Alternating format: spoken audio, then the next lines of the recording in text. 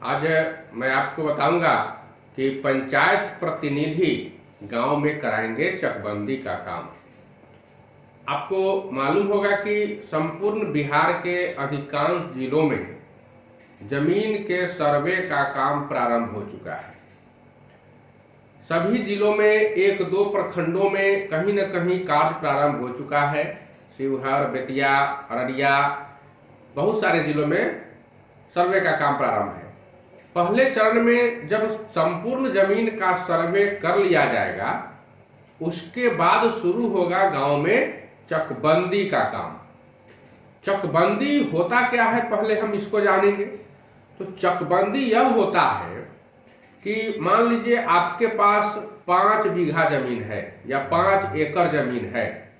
कहीं 10 कट्ठा है, कहीं 2 कट्ठा है, कहीं 4 कट्ठा है, कहीं 1.5 कट्ठा है, कहीं 2.25 कट्ठा है। अलग अलग टुकड़ों में छोटे छोटे खंडों में जमीन बंटा हुआ है। अब सरकार क्या करेगी कि उसको एक चौक बना देगी। मतलब आपके सारे जमीन को आपसे ले लेगी और जितना जमीन आपके पास है एक ही जगह उतनी जमीन आपको मिल जाएगी। तो इसको कहते हैं चकबंदी। लेकिन चकबंदी में भी कुछ विशेष ध्यान रखना पड़ता है। जमीन की कीमत का ध्यान रखना पड़ता है। अब किसी व्यक्ति का 5 लाख रुपए कट्ठा का जमीन है, आप वो ले लीजिएगा और चौर में उसको दे दीजिएगा 30,000 रुपये, 40,000 रुपये कट्ठा, तो क्या वो ले लेगा जमीन? नहीं ले पाएगा। तो चकबंदी में भी इन बातों का ख्याल रखना पड़ता है। किसी के वास स्थान की जमीन है, घर बनाने वाली जमीन है सड़क के किनारे, उसको ले लेगा कोई, सरकार ले लेगी और उसको चौर में दे देगी, गढ़ा जमीन दे देगी, क्या वह ले लेगा? तो ऐसे में समस्याएं उत्पन्न हो जाती हैं। इस बार, पिछले बार जो चकबंदी का काम असफल हो गया था, इन्हीं कारणों से हो गया था। अब सरकार चाह रही है कि इस बार बिहार में चकबंदी को सफलतापूर्वक लागू कर दिया जाए। तो सफलतापूर्वक तब लागू होगा जब इसमें पंचायत के प्रतिनिधि तैयार रहेंगे और इसमें उनकी सहभागिता मिलेगी। क्योंकि पंचायत के प्रतिनिधि हैं, वार्ड सदस्य हैं, पंच हैं, सरपंच हैं, मुखिया हैं, पंचायत समिति के सदस्य हैं, जिला परिषद के सदस्य हैं। तो ये लोग अपने पंचायत के बारे में, अपने वार्ड के बारे में खूब अच्छी तरह से जानते हैं। कौन जमीन कीमती है, कौन जमीन कीमती नहीं है, कहाँ गढ़ा है, कहाँ मूच है, तो ये सारे जमीन के बारे में वो खूब जानते हैं। इसलिए उनका इस कमेटी में रहना बहुत ही आवश्यक है। तो वो रहेंगे इस कमेटी में, सभी लोग रहेंगे और तब जाकर चकबंदी का काम किया जाएगा। तो अभी जो है सर्वे का काम पूरे बिहार में शुरू हो चुका है। इसके बाद खतियान जो है वो मिलेगा सभी लोगों को सर्वे पर, और उस खतियान के आधार पर आपके पास कितनी जमीन है तो उसकी चकबंदी की जाएगी। चकबंदी करने से फायदा यह होगा कि प्लॉट की संख्या कम हो जाएगी। मतलब जोत का आकार जो है बड़ा बड़ा हो जाएगा, बड़े बड़े प्लॉट मिल जाएंगे एक आदमी को।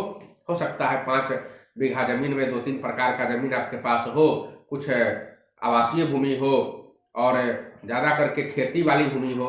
तो खेती वाली भूमि के बदले में तो आपको खेती वाली भूमि एक जगह मिल जाएगी ना। 3 बीघा 4 बीघा अगर आपके पास खेती वाली भूमि हो और 2 कट्ठा 4 कट्ठा 5 कट्ठा के प्लॉट में टुकड़ा में बंटा हुआ है, तो आपको उस पर हल जोतने में, पानी पटाने में आपको परेशानी होती है। आप कई जगह खेत है, अगर 10 जगह खेत है आपके पास, तो 10 को बोरिंग चला दीजिएगा क्या? तो ये परेशानी होती है। और फिर सबकी सुरक्षा आपसे नहीं हो पाएगी। आप 10 जगह प्रतिदिन लाठी लेकर घूमने जाइएगा। हर जगह आप आजकल घोरपरास जो है देख रहे होंगे, नीलगाय, वो चढ़ जा रहा है खेत को। तो आप कहाँ कहाँ सुरक्षा कर पाइएगा?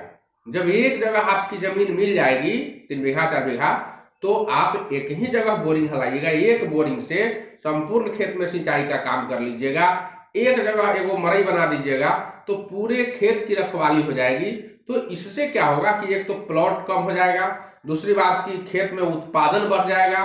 खेत में जो आप सिंचाई की व्यवस्था करते हैं या फिर जोतने की व्यवस्था करते हैं, सुरक्षा की व्यवस्था करते हैं, तो इसमें आपको कम लागत आएगी और सब कुछ बड़ी आसानी से हो जाएगा।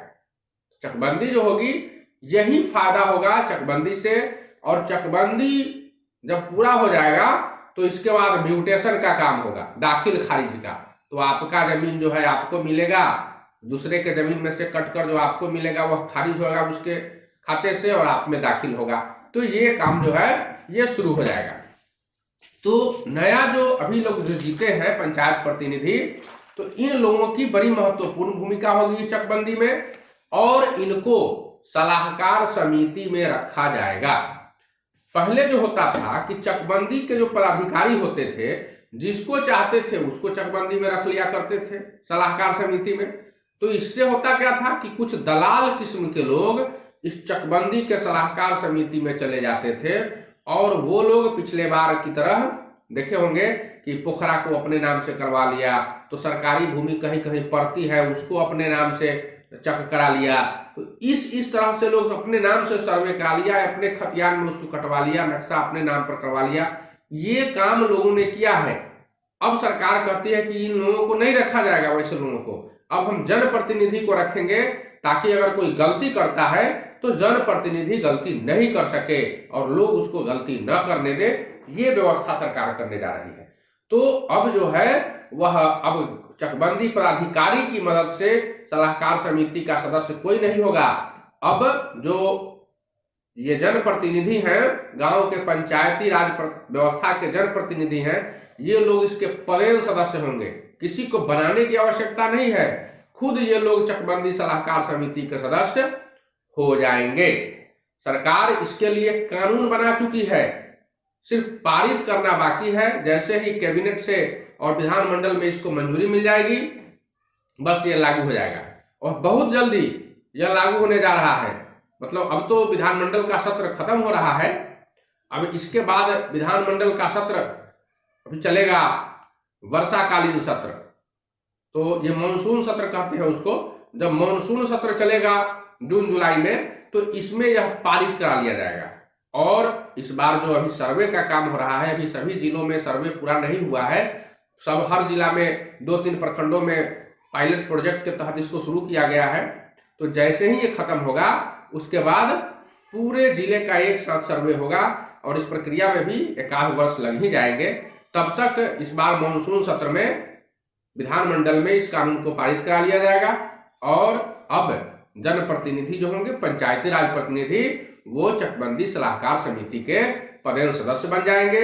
और इनके ही कहने से और इन्हीं की सलाह से कौन जमीन किस किस्म की है, कितनी उसकी कीमत है, तो यह तय की जाएगी। और फिर कौन सी जमीन किसको चक में शामिल कर दिया जाए, ये काम कराया जाएगा। तो इससे क्या होगा कि लोगों का विश्वास चकबंदी पर बढ़ जाएगा और चकबंदी सफल होगा। तो सब जब सारे संशोधन लागू कर दिए जाएंगे, संविधान लागू, आपका ये कानून लागू हो जाएगा, फिर उसके बाद सर्वे खत्म हो जाएगा, चकबंदी हो जाएगा, तो जमीन पर दखल कब्जा की बात आएगी कि अब दखल कब्जा कराया जाए। तो उसके बाद अनुमंडल पदाधिकारी जो है, अनुमंडलाधिकारी और भूमि सुधार उप समाहर्ता, जिसको DCLR कहा जाता है, तो ये दोनों लोग मिलकर और फिर कब्जा दिलाने का काम करेंगे। ये सिर्फ कब्जा दिलाने का काम करेंगे दोनों आदमी, इसके अलावा कुछ नहीं करेंगे। और पहले इसमें जनप्रतिनिधियों का कोई हक नहीं होता था, अब जनप्रतिनिधि ही इस काम को संपन्न कराएंगे।